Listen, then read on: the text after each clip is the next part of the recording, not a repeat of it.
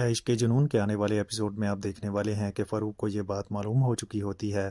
جمال بہت زیادہ لالچی ہے، وہ اسے 5 کروڑ دیتا ہے تاکہ وہ جا کر بیان دے اور احرام چھوٹ جائے، اور جمال ایسا ہی کرتا ہے۔ وہ میڈیا کے سامنے جا کر بیان دیتا ہے اور کہتا ہے میں اپنی غلطی کا اعتراف کرتا ہوں، ایمن کو میں بچپن سے جانتا تھا، وہ اپنے مالک کے ساتھ محبت کرتی تھی اور اس سے اپنی بے عزتی کا بدلہ لینا چاہتی تھی، اسی وجہ سے ایمن نے اس پر الزام لگایا تاکہ بعد میں وہ ارحام سے پیسے لے سکے۔ لیکن اب میں سچ بتا رہا ہوں، اور میں نے ایمن کو یہ بات کال پر بتا دی تھی کہ پولیس کے سامنے یہ بیان دے کر انسپکٹر خان رحیم کے پاس جائے گا اور جا کر اسے بتائے گا کہ اصل مجرم نے اپنا جرم قبول کر لیا ہے، تم باعزت بری ہو۔ اور جیسے ہی میڈیا پر یہ خبر آئے گی، عافیہ کے پاؤں تلے زمین نکل جائے گی۔